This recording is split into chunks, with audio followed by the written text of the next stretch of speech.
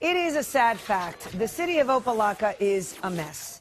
Forget the politicians who've been accused of corruption. Forget the highest property tax rate in Miami-Dade County. This is about the garbage piling up and garbage rates soaring. Patrick Fraser has our night team special assignment report, Trash Clash. I've owned this one twice. If all Raul Fernandez had to do was run the apartment buildings he owns, he'd be a happy man. My wife says that my buildings are my mistress. Because I love my buildings. What can I tell you? But Raul has one big problem. Several of the apartment buildings are in Opa-locka. Opa-locka is a big headache for me right now. Opa-locka, where in just the past few months, the FBI has raided the city offices, arrested 3 officials and the mayor's son, charging them with everything from extortion to shaking down business owners for bribes. I've got no choice. And rather than getting better, businessmen say things are getting worse. They're more like tripling our rates in some cases. The latest problem? Commercial garbage rates. The rates was $352 a month. That new rate has gone up to $575 per month, plus a 28% franchise fee, which bumps that number almost to $700. The city only allows one company, Universal Waste Services, to pick up trash at businesses and apartment complexes. In October, the city commission allowed Universal to raise the rates with that 28% tax imposed by Opa-locka city commissioners. I just about fell over backwards. Fell over because Raul and other apartment complex owners currently have long-term contracts with Universal at the lower rates. But Raul says the trash company told him the contracts were no good. And they said that our contract was basically worthless. Many complex owners refuse to pay the higher rates, in part because the tenants won't be able to afford it.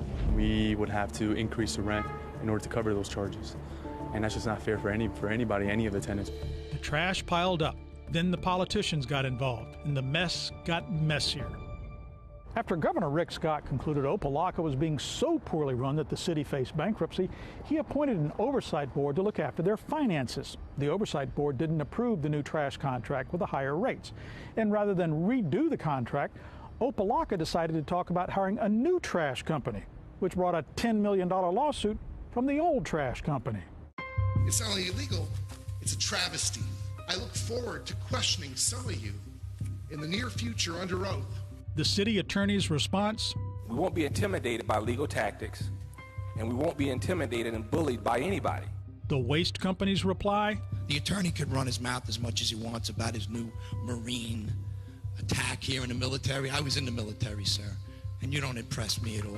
This is the plaintiff's. Universal then sued the city to force Opa-locka to honor a contract the state oversight board would not approve. In court, the judge ruled against the trash company. I am going to deny injunctive relief, but I invite counsel to exercise their appellate remedy. The attorney for the trash company says it's just more shady stuff going on in Opa-locka. The people of Opa-locka are tired of these behind-the-scenes deals and backroom secret deals, and enough is enough. After losing their contract, Universal dumped garbage from their containers and took them away. On the main motion itself, do I have a motion? Opa-locka then held an emergency meeting and decided to allow business owners to choose between 2 new trash haulers to get lower prices. Miami-Dade will now start picking up residential trash in Opa-locka. Increase in taxes or fees? It seems like good news, but people in Opa-locka are skeptical about this trash clash. Both of us have been here since the early 90s. It's the same thing every year. Year in, year out. It just gets worse. It's understandable they think that way, because for years the people in Opa-locka have been dumped on over and over. I'm Patrick Fraser, 7 News.